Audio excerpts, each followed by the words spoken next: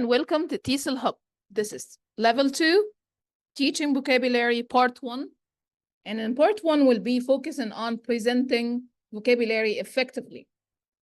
We'll be also focusing on some problems that students face when it comes to studying vocabulary. You know that presenting vocabulary effectively is a crucial aspect of English language teaching. So we'll be discussing some common techniques and strategies to solve problems that you may face when you teach vocabulary to your students or to learners.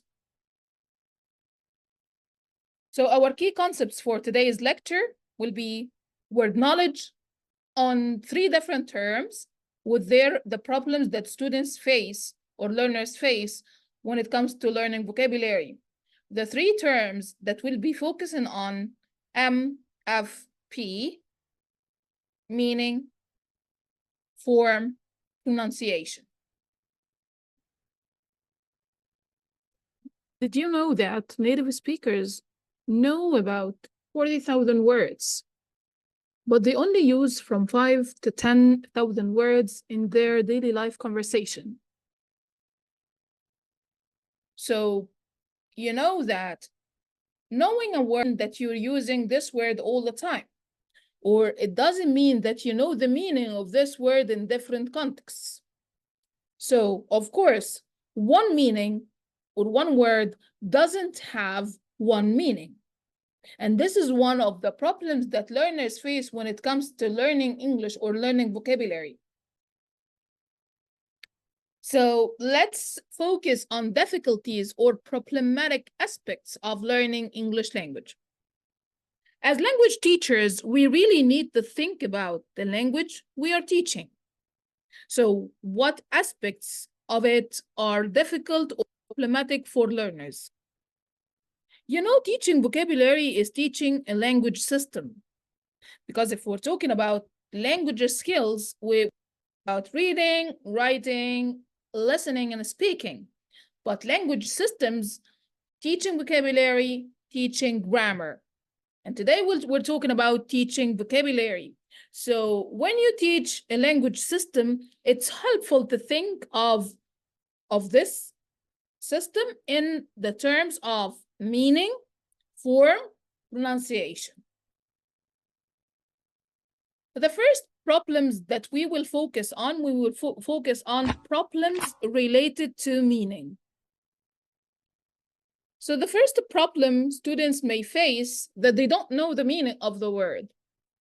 And you need to teach them how to find the meaning by themselves using the dictionary. And today, it's easier for students to find the definition easily using the online dictionaries, but they need to know that dictionaries don't only give them the definition of the word, it gives them the stress, it gives them the pronunciation, as well as synonyms and antonyms, which part of a speech the word is. So you need to teach your students how to find meaning in the dictionary. It's very important. The second problem with the meaning is that each word in English language has multiple meanings. So you know that students need to learn only one meaning at a time. So remember to stick to one meaning at a time. It's perfect for beginners and it's perfect for young learners to stick to one meaning at a time. But it's really difficult to teach them the word in different contexts. But if you're teaching higher levels, so let's say that you're teaching higher levels, it's okay to tell them more than one meaning, and because you're comparing the new meaning with the meaning that they already know, it would be a great exercise to link what they learned before with the new information or to link them together. The third problem with the meaning that for words, some words have denotational meaning plus connotational meanings. So what is the difference between connotation and denotation? The word denotation refers to the literal dictionary definition of a word. So this is the same definition that you find in a dictionary. But the word connotation, it refers to the feelings and the attitude. So we have only one word, the word dog. The word dog, we know that this is an animal with 4 legs and fur and so on. So this is the literal definition in the dictionary. But the word dog, if we look at the connotational meaning, it refers to loyalty, playfulness. So for some people, while others, it may connotate for fear or danger. So connotations are not specific or are not literal. They refer to feelings and attitudes. But the literal meaning of the word, or which is the definition which we can find in the dictionary, we call it denotation. The third problem we will focus on register. So we still have register, synonyms, homonyms, and homographs. So let's start with register. What is register? The word register means that some words are more formal than another. So register refer to a variety of language used in a particular situation or context. So it's determined by factors such as the subject matter, the audience, and the purpose of communication. The formal register used in academic writing or legal documents. The informal register could be used in casual conversation among friends or among family members. The technical register used in scientific or professional field. So the register here refers to the variety of language used in a particular situation or context. The next problem with synonyms. And we know that synonyms mean words that have the same meaning or nearly the same meaning because they are not exactly the same. So there are here some examples for synonyms, but whenever we use them in different contexts, they may not have the same meaning. Let's say they do not have the exact or exactly the same meaning, but they have near or similar to each other. Talking about homonyms and homophones. Homonyms are words that have same pronunciation, the same spelling with different meaning, exactly like animal and the other one, which is we hit the ball with. And palm, your hand of my hand, and the other one, look at the beautiful palm. Homophones, we're talking about words that sound the same, but they spell differently, and they have different meanings as well. Exactly like 8 and 8. 8 is the past form of eat, but the other 8 is number 8. And the same for sun and sun. They have the same pronunciation, the same sound, but they spell differently and they have two different meanings.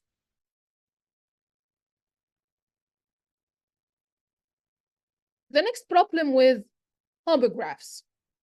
And homographs are words that is spelled the same with different meanings.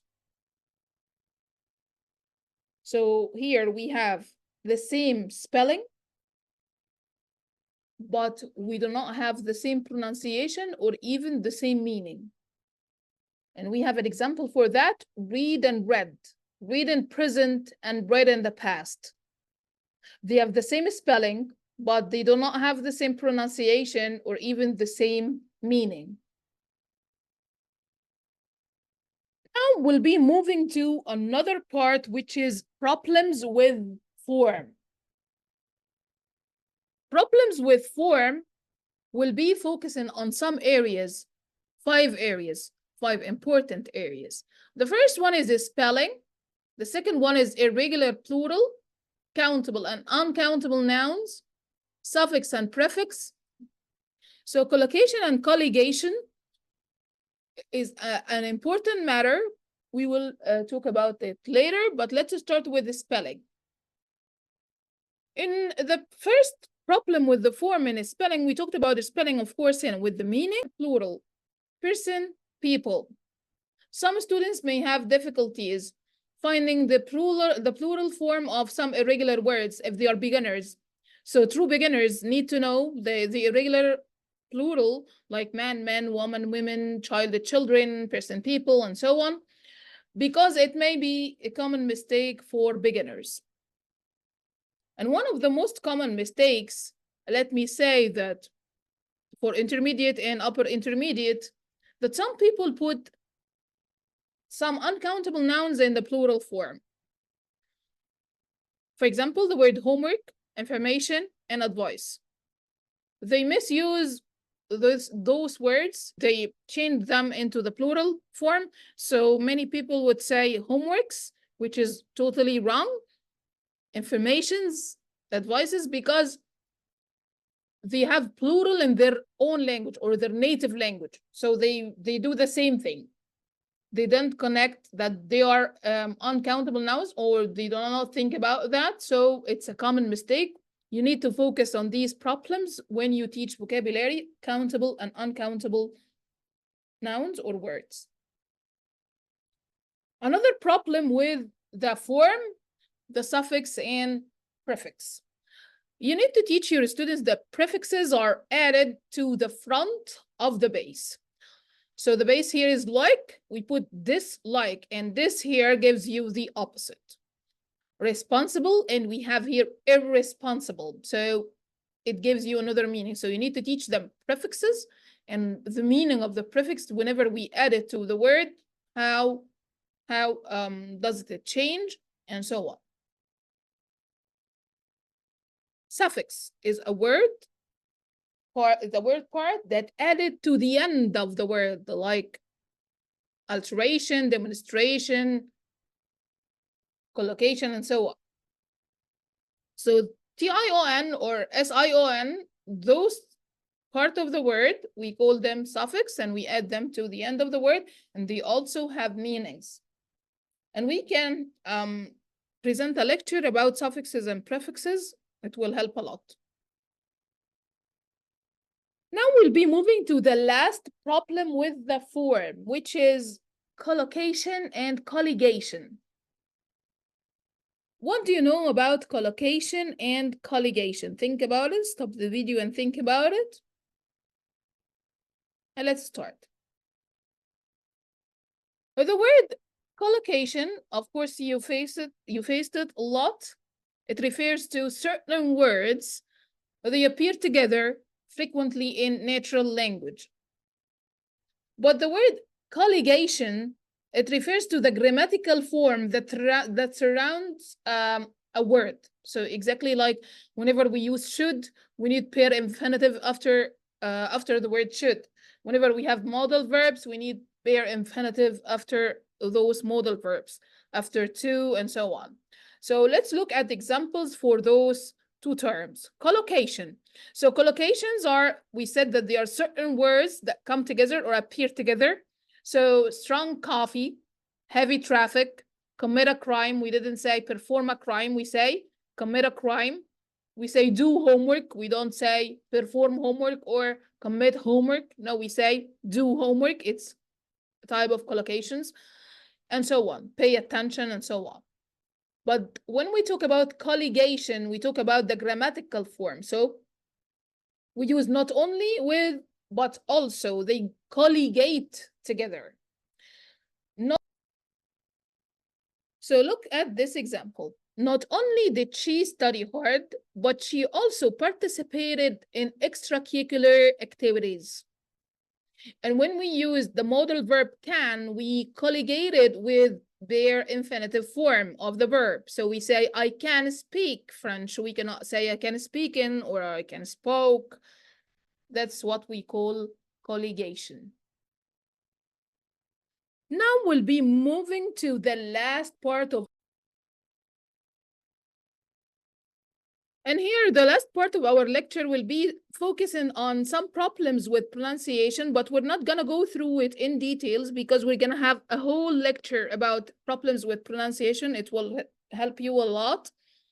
We will only mention the titles with some examples.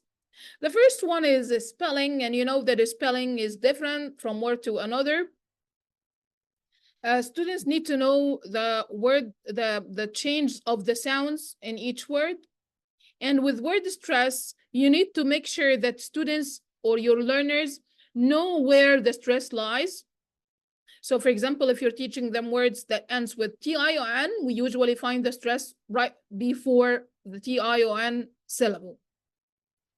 And they need to know also shifting stress patterns, which depends on the form of the word. So sometimes we shift the stress when the word in the noun is a noun or a verb. They have two different pronunciation. It depends on the form of the word, like the word piano and the word pianist. So here we have different stress. It depends on the form of the word.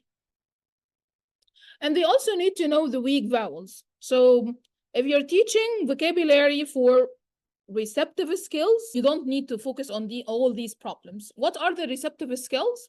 Reading and listening. So if you're teaching reading and listening, you do not have to focus on all these problems in details. But if you're teaching vocabulary for productive purposes, like for example, writing or speaking, you need to focus on all these problems and you need to explain the MFP, meaning, form, and pronunciation. I hope you like today's lecture, and I will send you the link for the quiz in the comments below and also on the WhatsApp group. See you next time. And next time we'll be talking about teaching vocabulary part 2, the framework for teaching vocabulary. Thank you so much.